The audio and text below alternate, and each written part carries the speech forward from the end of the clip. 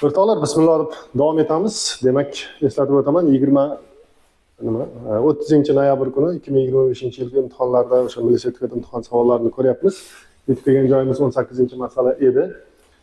Mayatnikning maksimal og'ishi 12 sm, ya'ni amplitudasi 12 sm bo'lsa, chetki holatdan harakatni boshlaydi va a/2 masofani yarim sekundda o'tadi degan shu ma'lumotlardan foydalanib 4,5 sekundda mayatlik qancha yo'l yurishini, keyingi mana shu yerga aytmoqchiman, keyingi so'z bor, qolgan 4,5 sekundda qancha masofa bosib o'tishini hisoblang degan savol qo'yilyapti. Nima qilamiz qarang. Birinchi masala. Agar mayatlik chetki vaziyatdan muvozanat vaziyatga qarab ketayotgan bo'lsa, boyagi bu yoqqa qarayapti. Mana a/2 yurguncha o'tgan vaqt bu t/6 bo'ladi o'rtoqlar. Nimaga? Chunki o'zi shunaqa narsa bor. Darsliklarda ham, forumda kitobchalarda ham ko'rsatiladi. Amplitudani yarmigacha t/6, yarmidan muvozanat vaziyatgacha t/12 vaqt ketadi. Bu narsa video darslarimda ham ko'rsatganman, boshqa qilganman. Buni endi isboti bor. YouTubedan o'sha video darslardan qarasangiz ham turibdi. Men hozir isbotlab o'tirmadim. Xullas kalom, o'sha a/2 yurish uchun ketgan yarim sekundi bu t/6 ga teng. t/6 yarim sekund bo'lsa, t-ni o'zi 3 sekund bo'ladi. Demak, davr qancha ekan? 3 sekund ekan. Buni eslab olamiz. Keyin t/12 ni ham topib qo'yganmi, hali ishlatamiz. t/12 degani 3/12, ya'ni 0,25 sekund bo'lgan. 0,25 sekund bo'lgan. Endi qarang. O'sha bizda o'zi qancha vaqt bor? Bizda mana shu yerga keldi, mana shu yerdan boshlab 4,5 sekund vaqt bor. 4,5 sekund. Nima bo'ladi qarang? 4,5 sekundni 3 sekundni 4,5 sekundni 3 sekundni o'z joyiga qaytib kelishga ketadi. O'sha tebranma harakatni qaysi nuqtadan boshlamasin, o'sha nuqtaga qaytib kelish uchun bir davr ketadi. Masalan, hozir a/2 dan boshladimi? Bu yoqqa boradi, orqaga qaytadi, a ga, yana mana yoqqa qaytib keladi. Mana shu polni yurishiga bir davr ketadi, ya'ni 3 sekund ketadi. Demoqchi bo'layotganim 4,5 sekund deyapti-ku, umumiy bizga berilgan vaqt. O'sha a/2 dan boshlab chiqqandan keyin 4,5 sekund deyapti-ku.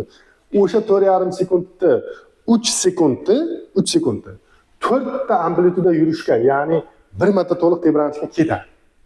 Mana shu joyni yaxshilab tushuning. Ya'ni 4,5 sekundda hammasini olmayapmiz-da, 3 sekundni darrov chiqarib yuboryapmiz o'yindan tashqariga. Nimaga? Chunki u bir davr degani, 3 sekundda bir davr yursa, demak, o'sha 4 amplituda yuradi. Endi men o'zi 4,5 sekund o'zi 1,5 davr ekanligini bilgan holda 4 amplituda emas, 6 amplituda yuradi deb aytmoqchiman.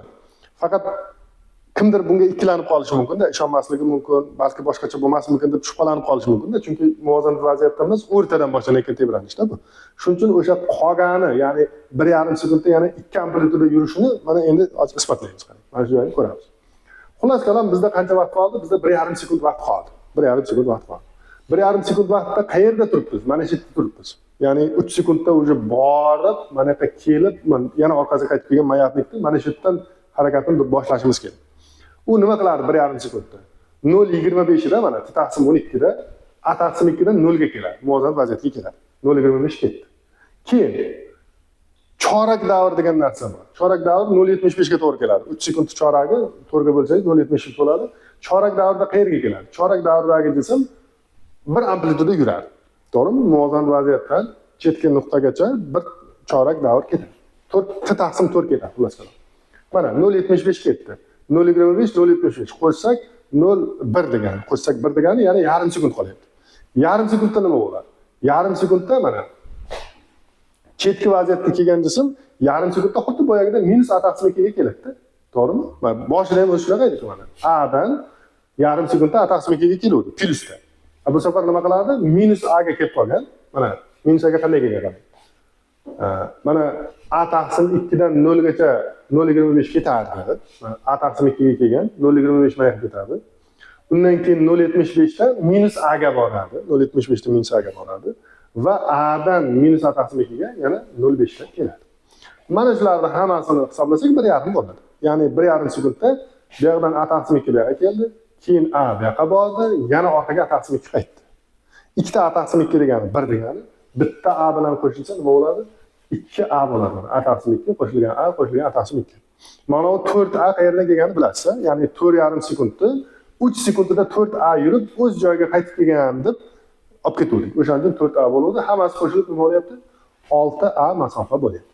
Ya'ni o'zimizni qiynab, bir narsalar qilmasdan o'zi mana shu yerda hal qilib olsak bo'lardi aslida. Mana shu yerda o'zida mana. Demak 3 sekund, davr 3 sekund chiqdi. 4,5 sekund, demak 1,5 ta davr degani. Bir davrda aytaylik nima? 4 amplituda yursa, 1,5 davrda demak 6 amplituda yuradi deb mana shu yerdan yo'lda o'sha topib 1 amplitudani 12 sm desa, 6 ko'paytirib 72 qilib olib ketsak, o'zi bo'ladi.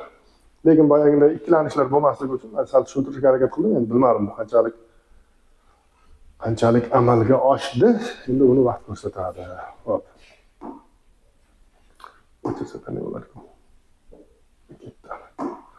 Keyingi masala, maydon induksiya vektorini x, y, z o'qdagi proyeksiyalari mana shuncha deyapti. Shunaqa qiymatni berdi. Natija maydon induksiyasini toping. Bilmadim. Bunaqa savollarni yechib ball olmagan odam o'sha nimadan ball olishi mumkin, men tasavvur qilolmayman. Mana shunaqa misollardan ballni olish kerak odam. Mana tayyor hamma narsa bor. Shu formula mana o'zi bor. 3 talik holat uchun hisoblaysiz 1/1 o'sha millitesla degan javob chiqadi. Bunaqa misollarda odam juda nima qilish kerak? Unumli foydalanish kerak xolos. Oson misolni albatta uni ko'zdan qochirmasdan hisob kitobga hushyor bo'lib, belgilashda hushyor bo'lib, bunaqa misollarda ballni to'plab olish kerak. Keyingi masala, 20-masala. Kondensator demak zaryadlangan 50 millijoule energiyasi bor. Unga g'altak ulandi, davr 12 millisekund, 28 millisekund vaqt o'tgandan keyingi g'altakdagi energiya qancha deyapti. Xullas bunday o'rtoqlar. Men kondensator chiza olaman shunda. Xullas. Mana bu yerda bunday qilsak ko'rinadimi? Ko'rinadi. Mana qarang, tebranish konturi, mana kondensator zaryadlangan. Mana bu yerda g'altak. G'altakka ulangandan keyin 28 millisekundda g'altakdagi energiya qancha bo'ladi deyapti. Bu standart tebranish konturida bo'ladigan jarayon, standart jarayon. Har doim boshida kondensator zaryadlangan bo'ladi. Kondensator zaryadi maksimal bo'lgani uchun boshlang'ich vaqtda u kosinuslik qonun bo'yicha topiladi. Kondensatorda energiyasi ham o'z-o'zidan kosinus bo'yicha ketib qoladi. O'sha q kvadrat taqsim 2 qilib ishlasa mana shu narsa chiqadi. Agar mana aytgan gaplarim uncha tushunarli bo'lmasa, video darsdan o'sha YouTube'da onlayn video darslarimiz bor. Aynan tebranish konturi mavzusida mana shunaqa video darslarni ko'rib olishni tavsiya qilaman. Aynan mana shu mavzular, aynan nima uchun shu formulalar ishlatilishini aytib tushuntirib berganman. Shu yerda mana W maksimal kosinus kvadrat omega t formula bo'lsa, bu kondensator energiyasi. G'altakda shunda sinuslik ketadi. Nima uchun sinus ketadi? Chunki kosinus bunda bo'lsa, bunda sinus ketadi. Haligi zaryaddan bitta hosil olsak, tok kuchi chiqadi. O'sha sinusdan kosinusdan hosil olganimizda sinus chiqadi. G'altakda energiyasini topganimizda esa Li kvadrat taqsim 2 qilib ishlaganimizda o'sha i ni ichidagi sinus g'altakda energiyasida ham sinus bo'lib qatnashadi. Kvadratga oshgan uchun mana nima bo'lgan? Sinus kvadrat bo'lgan.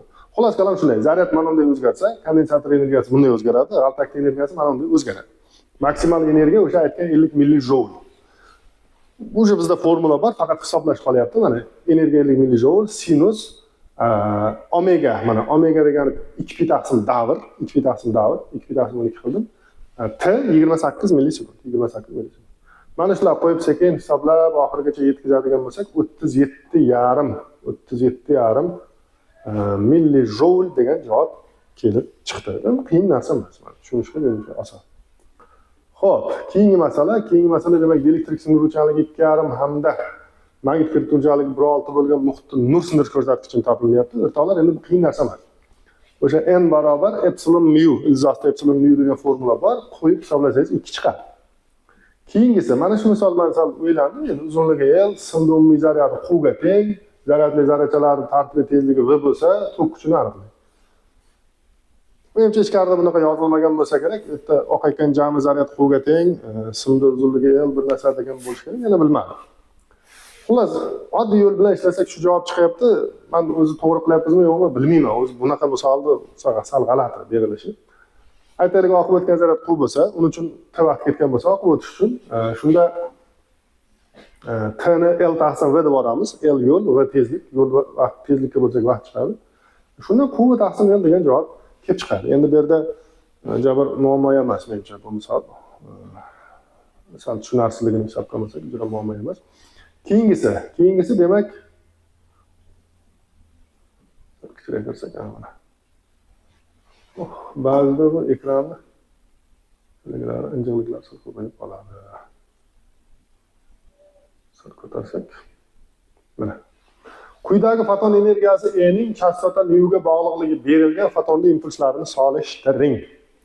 O'rtoqlar bunday. Mana fotonda energiyasi E bo'lsa, E taqsim C fotonda impulsini beradi. Endi gap qaysi foton haqida ketyapti desa, mana bunday elektron yuqori sathdan pastga tushayotganda, pastki sathga tushayotganda chiqargan fotoni haqida gap ketyapti. Mana bu yerda yozish funksiyasi ishlayaptimi? Foton chiqib ketgan. Bular hammasi nima qilgan? Foton tashqariga chiqqan. Endi qaysi birida fotonda energiyasi ko'proq bo'ladi desa, u aniqki o'rtoqlar Y1 eng katta bo'ladi. Y3 undan keyin Y2 eng oxirida bo'ladi. Nima uchun bunday? Har doim bitta narsani esdan chiqarmang. Yuqori sathdan birinchi sathga tushsa, o'shaning energiyasi eng ko'p bo'ladi. O'shanda chiqarilgan energiya eng ko'p bo'ladi. Unda 3 bilan 1da qanday qaysi biri desak, 1da 3dan 1ga tushyapti-da. 3-chisida bo'lsa 2dan 1ga tushyapti. Qancha o'sha energiyalar sathi orasi uzoqroq bo'lsa, energetik sathlar orasi uzoqroq bo'lsa, energiyalar farqi ham katta bo'ladi. O'shaning uchun ham chiqqan fotonda energiyasi ham ko'proq bo'ladi. Shuning uchun ham mana 1dagi eng ko'p, 3dagi undan keyin 2niki 4dan 2ga tushgan-ku.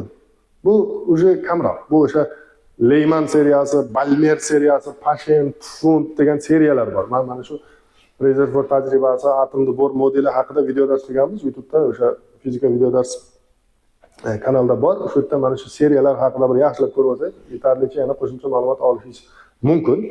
Endi bu yog'ini mana bu narsani agar siz yetarlicha tushunchaga ega bo'lsangiz, mana buni tushunish juda qiyin emas. O'sha energiyani yorug'lik tezligiga bo'lib olsak, o'z-o'zidan bizda nima paydo bo'ladi?